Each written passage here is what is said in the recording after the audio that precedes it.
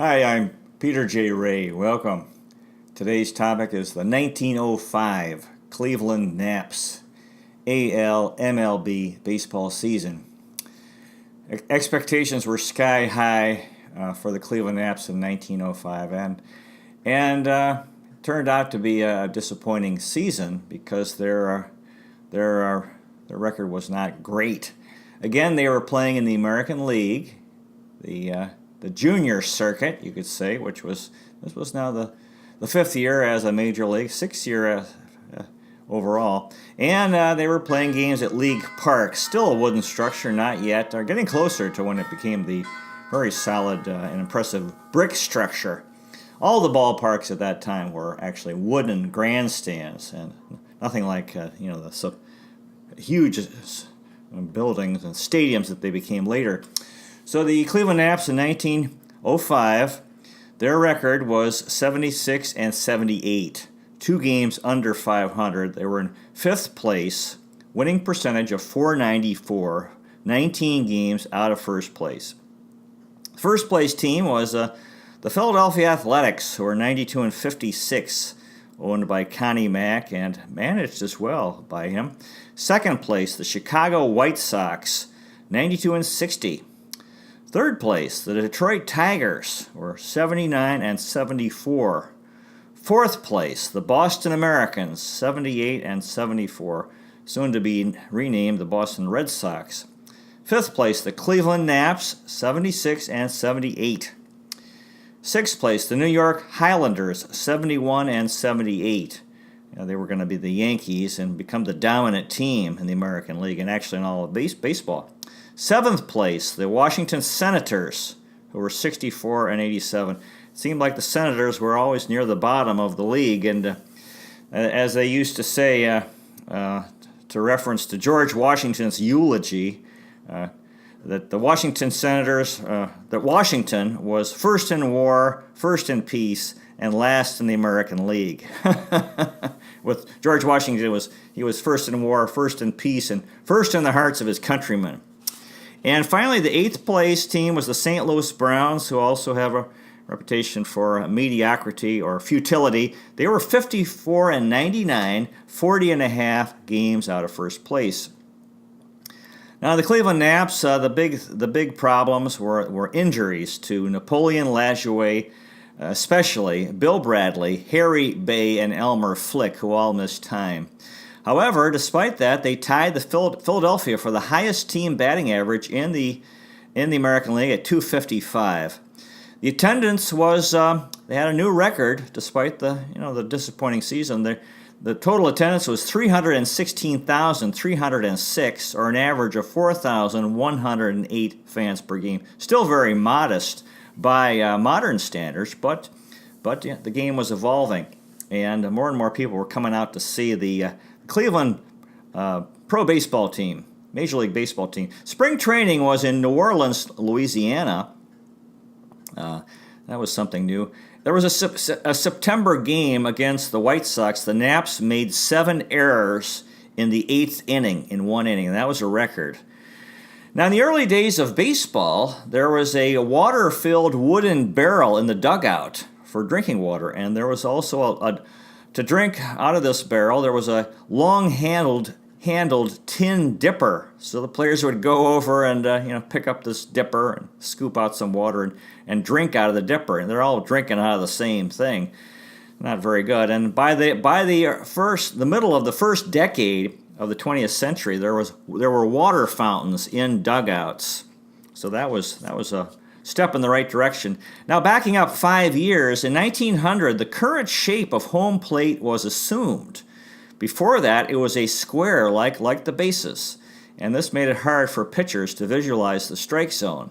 So the new shape, which is it goes to where the first base foul line, third base foul line go to a point, and then as you know, it goes out and then becomes sort of a square facing the pitcher. On Saturday, June 24th, the Naps were in first place and returned to Cleveland. 10,000 fans showed up at the Euclid Avenue train depot. There was pennant fever in Cleveland. big crowd to welcome home their beloved Cleveland Naps. They were blowing whistles, honking horns. A band played the song "You Are as Welcome as the Flowers in May." And tugboats in the Cuyahoga River also blasted their greeting with their horns. So anyway, now the Napoleon Lajoie was again the player manager, the star manager, and the starting second baseman, and actually the best player in Major League Baseball. And his record as a manager was 56-57. As a player, Lajoie hit .329, pretty good, really good. 12 doubles, 2 triples, 2 home runs, 41 RBIs, 11 stolen bases in 65 games. Now that's the key number there. He only played in 65 games. And Nat Lajoie was in his fourth year in his stint from 1902 to 1914 with Cleveland. However, the thing that really hurt the Naps in 1905 was he had a severe injury and missed 3 months of the season. The Naps were in first place in early July, and Lajoie was spiked on a play at second base. In other words, the base runner, his spikes went in, hit Lajoie and inflicted a wound in his ankle.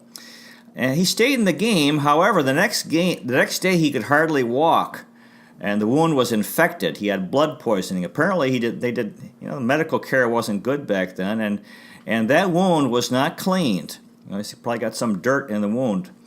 And he came back a couple months later. He finally came back, and after 5 games, he had a foul tip which hit that injured ankle, and he was out for the rest of the season. So the injury was on July 1st, and it was believed that the dye from the stocking infected the wound, which may be true, but it was probably mostly because of dirt.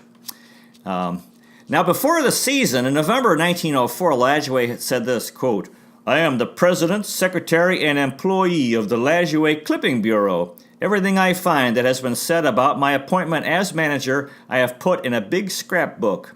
Looking over it today, I will find that the number of critics who think I will fall down outnumber the others, but I'll try to fool them."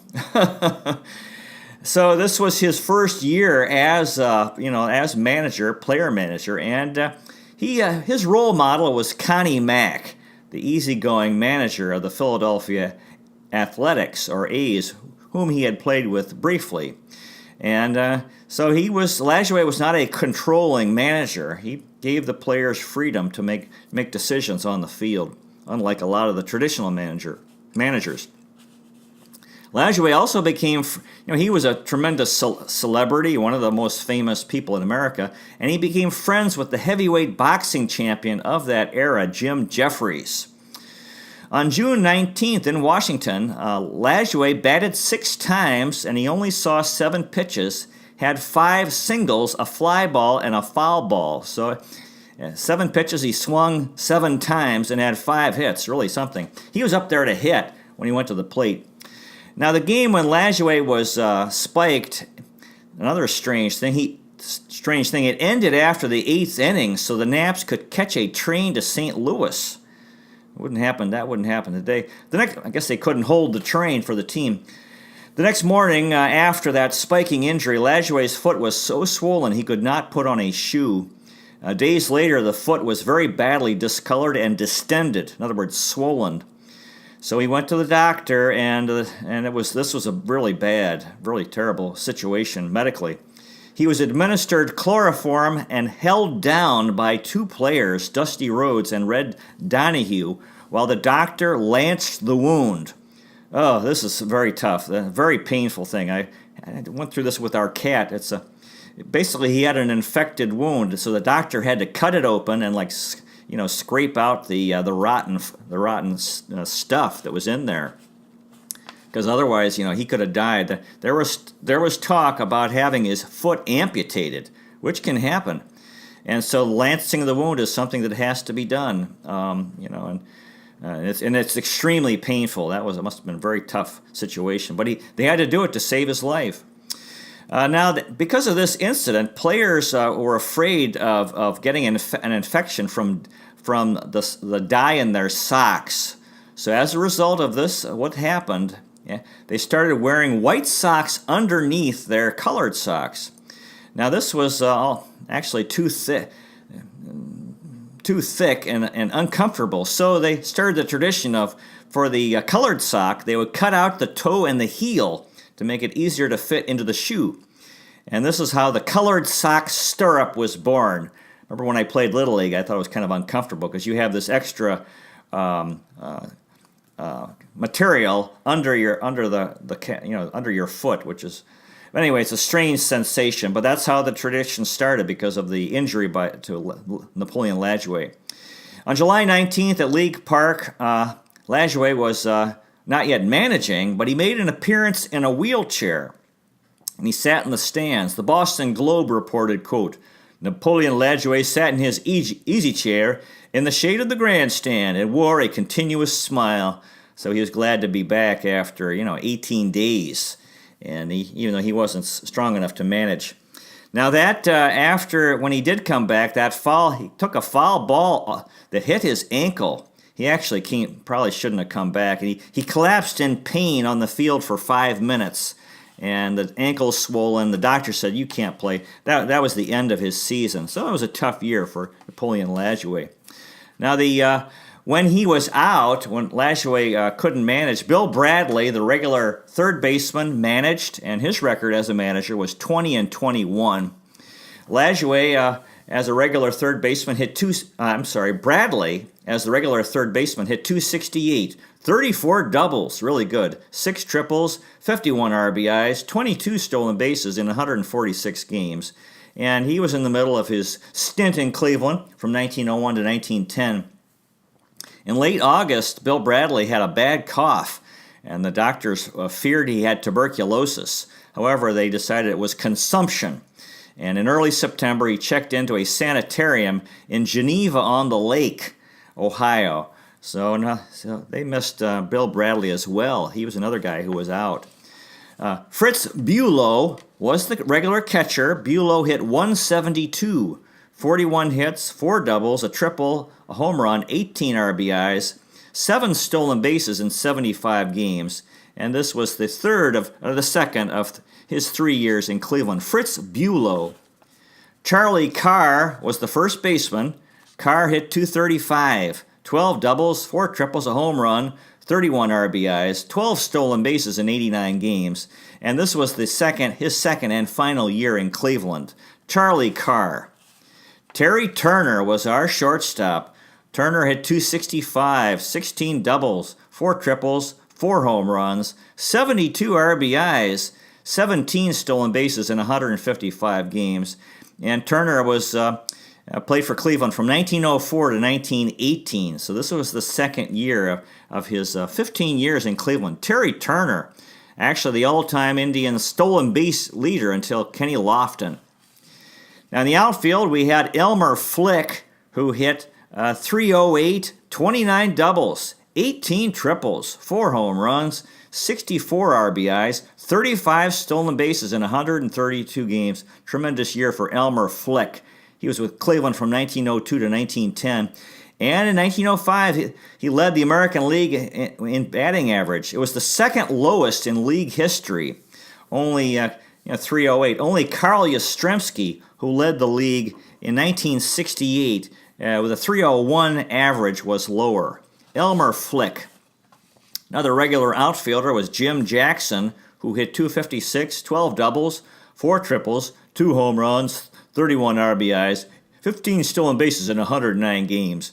Jackson was from Philadelphia, Pennsylvania. He died in Philadelphia in 1955 at age 77. Career average of 235, 159 runs, and 132 RBIs. Jackson played for the Baltimore Orioles, New York Giants, and Cleveland Naps between 1901 and 1906. He also attended the University of Pennsylvania. Jim Jackson.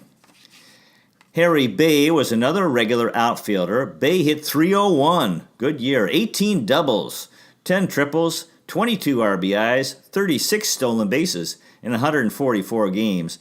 And Bay played for Cleveland from 1902 to 1908, so he had a good year. High average, he had some power and speed. Harry Bay.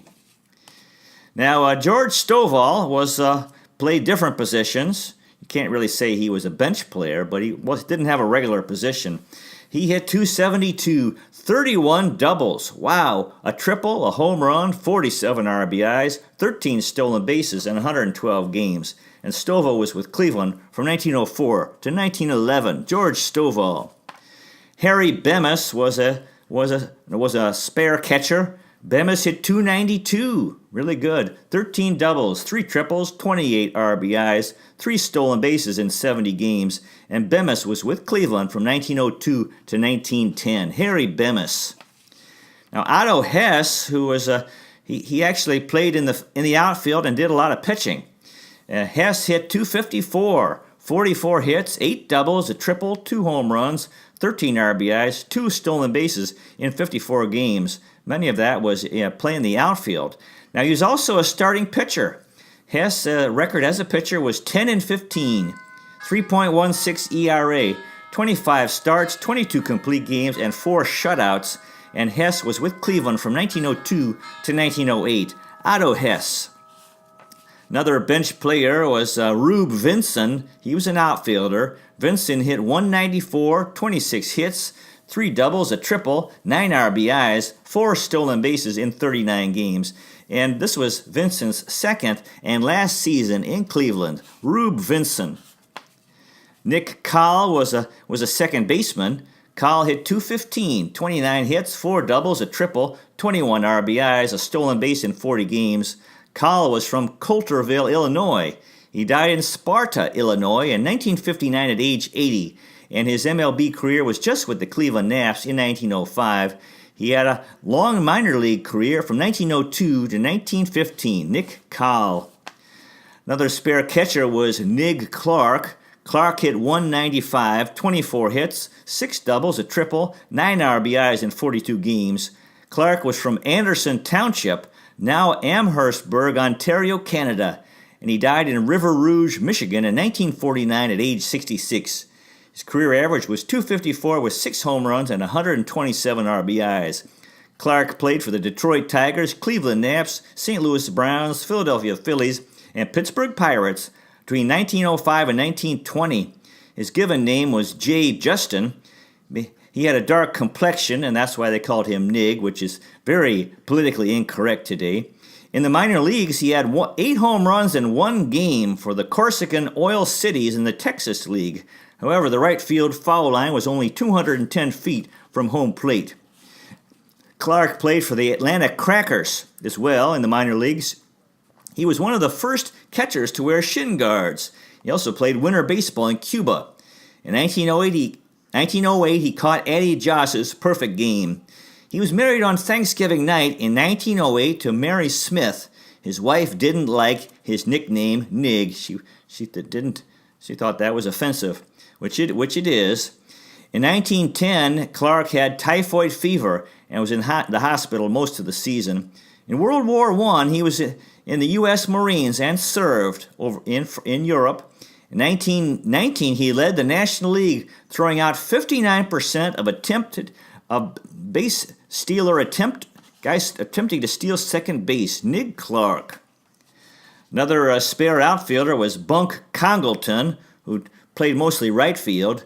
Congleton hit 362, 17 hits in 47 at-bats, 5 RBIs, 3 stolen bases in 12 games. Congleton was from Guelph, Ontario, Canada. He died in Cleveland, Ohio in 1937 at age 62. Career average of 290, 6 home runs, and 128 RBIs. Congleton played for the Chicago Orphans, Cleveland Naps, and Boston Americans between 1902 and 1907.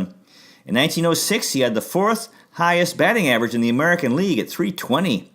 1937, he was an older fella. He was at a Cleveland Indians game, and he had a heart attack at the game here in Cleveland and died the next week. He was buried at Crown Hill Cemetery in Twinsburg, Ohio. Bunk Congleton. Jap Barbeau was a second baseman. Hit 270, 10 hits, a double, a triple, 2 RBIs, a stolen base in 11 games. Barbeau was from New York, New York. He died in Milwaukee, Wisconsin in 1969 at age 87. Career average of 225 with 46 RBIs. Barbo played for the Cleveland Naps, Pittsburgh Pirates, and St. Louis Cardinals between 1905 and 1910. He was 5 foot 5 inches tall. Jap Barbo. Howard Wakefield was another catcher. Wakefield hit 154. He had 4 hits and 26 at-bats, 8 strikeouts, and struck out 8 times and had 1 RBI. Wakefield was from Bucyrus, Ohio. Reminds me of Mudcat Grant back in the 1970s on television pronouncing Bucyrus, Ohio, Bucharest, Ohio. My father always thought that was pretty funny, that story. Wakefield died in Chicago, Illinois, 1941 at age 57. Career average of 248, 24 runs, and 113 games. Wakefield played for the Cleveland Naps, Washington Senators, and back with the Cleveland Naps again from 1905 to 1907. His son, Dick Wakefield, was an MLB player in the 1940s and 1950s. Howard Wakefield. Eddie Grant was another second baseman. Grant hit 375, 3 hits and 8 at-bats. He scored a run, struck out 5 times in 2 games. Grant was from Franklin, Massachusetts. He died in the Oregon forest in France in 1918. Career average of 249, 844 hits, 277 RBIs, and 153 stolen bases. Grant played for the Cleveland Naps, Philadelphia Phillies, Cincinnati Reds, and New York Giants between 1905 and 1915.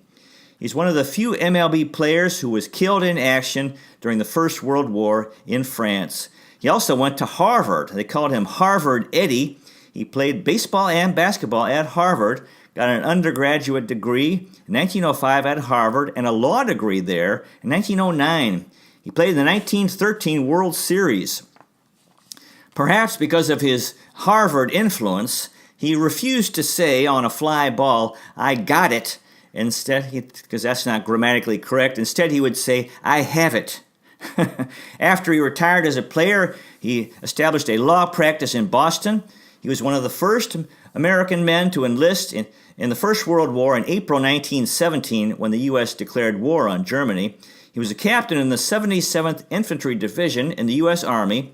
At the Battle of Meuse-Argonne, he was killed by an exploding shell on October 5, 1918, the first MLB player killed in action in the First World War.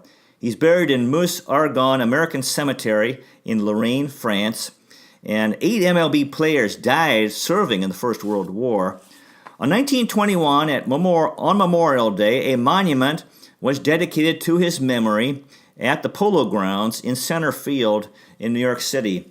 In 1957, the New York Giants played their last game before moving to San Francisco, and that plaque disappeared. However, there was a replica plaque for Eddie Grant established in San Francisco at their stadium there in 2006. There's also an Edward Grant Highway in the Bronx, New York. Eddie Grant. Emil Leber was a third baseman for Cleveland. He batted 6 times, did not get a hit, scored a run. He walked once, struck out twice in 2 games. Leber was from Cleveland, Ohio. He died in Cleveland in 1924 at age 43. Played for the Cleveland Naps in 1905, and this was the extent of his MLB career. He was an amateur third baseman in Cleveland, and also his career was a mail carrier. He delivered the mail, and he got the afternoon off to go to a tryout at League Park and was signed. The ownership thought it would increase local interest. In his first at-bat, he got a walk and scored. He played 2 games, was released, and returned to his postal route. Emil Leber. Now, the pitching staff had the tremendous Addy Joss as the ace pitcher. Joss hit 134, 13 hits, 2 doubles, a triple, 3 RBIs, 3 stolen bases in 35 games. Joss's pitching record was 20-12 with an ERA of 2.01, 32 starts, 31 complete games, and 3 shutouts. Joss played for Cleveland from 1902 to 1910. In his contract, he would earn a $500 bonus if he won 20 games, and he did.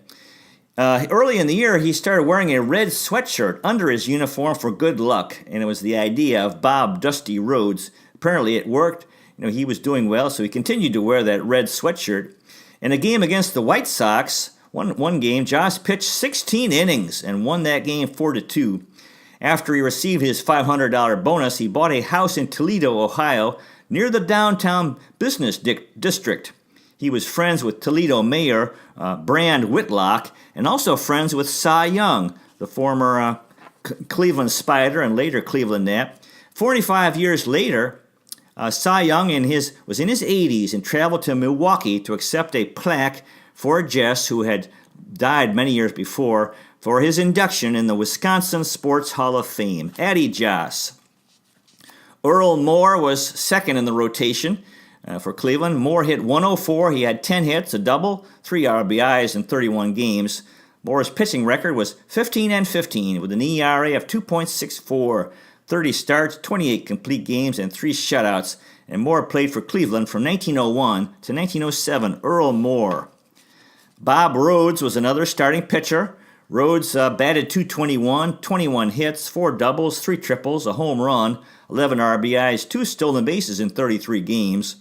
Bob Dusty Rhodes' pitching record was 16-9, ERA of 2.83, 26 starts, 24 complete games, 4 shutouts. And Rhodes played for Cleveland from 1903 to 1909. Bob Dusty Rhodes. Bill Bernhard was another starting pitcher. He had a tough year. He batted .087. He had 6 hits, a stolen base in 22 games. His pitching record was 7-13 with an ERA of 3.36, 19 starts and 17 complete games. And Bernhard pitched for Cleveland from 1902 to 1907. Bill Bernhard. Another starting pitcher was Red Donahue. Donahue batted .075, 4 hits, a double in 20 games. His pitching record was 6-12 with an ERA of 3.40, 18 starts and 14 complete games and a shutout. And this was Donahue's third and last year in Cleveland. Red Donahue. Another pitcher was High West, who batted .077. He had 1 hit in 13 at-bats in 6 games. West's pitching record was 2-2 with an ERA of 4.09, 4 starts, 4 complete games, and a shutout. West was from Roseville, Illinois. He died in Los Angeles, California in 1963 at age 78. Career record of 5-6 with an ERA of 3.87 and 32 strikeouts. West played for the Cleveland Naps in 1905 and then again in 1911. He went to Knox College and Lombard College. High West. John Halla was another pitcher. Halla batted hit 200, had 1 hit and 5 at-bats in 3 games. He had no decisions as a pitcher, an ERA of 2.84, 3 games and 12 innings pitched. Halla was from St. Louis, Missouri. He died in El Segundo, California in 1947 at age 63. Played for the Cleveland Naps in 1905, so this was the extent of his MLB career. In the minor leagues, in 1902, he played for the Jefferson City Convicts in the Missouri Valley League. In 1904, he was 20-19 for the Pittsburgh Coal Diggers in the minor leagues. He continued in the minor leagues until 1917, and his record in the minors was 195 and 166. John Halla. And finally, Cy Ferry was another pitcher. Ferry batted once, did not get a hit in 1 game. He had no decisions, and he had an ERA of 13.5, 1 game, 2 innings pitched, and 3 earned runs allowed. Ferry was from Hudson, New York. He died in Pittsfield, Massachusetts in 1938 at age 60. A career record of 0-1 with an ERA of 7.20, 6 strikeouts. Ferry pitched for the Detroit Tigers and Cleveland Naps between 1904 and 1905. His brother Jack Ferry was also an MLB player. Ferry was a pitcher for Manhattan College, and later he worked as a Tigers scout and discovered Ray Schalk, who became a Hall of Famer. Cy Ferry. Now, after the season, the American League champions, Philadelphia Athletics, faced the National League champions, the New York Giants, in the World Series, and the Giants won the World Series 4-1. So that's the story of the 1905 Cleveland Naps. Tough year, but hope springs eternal. And if you're a sports fan, if you're a Cleveland baseball fan, God bless the fellows who played for the Cleveland Naps in 1905 and everyone else associated with the team, including the fans, especially the Civil War veterans who were probably starting to leave this earth, and the Spanish-American War veterans. captains of the Cuyahoga, lovers of Lake Erie, Terminal Tower Power, fans of the Free Stamp Statue and the Fountain of Eternal Life, Euclid Avenue Electricity, Progressive Field pals, Quicken Loans Arena enthusiasts, First Energy Stadium friends, Severance Hall stalwarts, Tribe, Browns, Cavs, Monsters, and Gladiators rule Cleveland, City of Champions. It's been 70 years since 1948. This is our year. Go Tribe. Thank you so much for watching. I really, really appreciate it. God bless you. Take care, and I'll see you next time.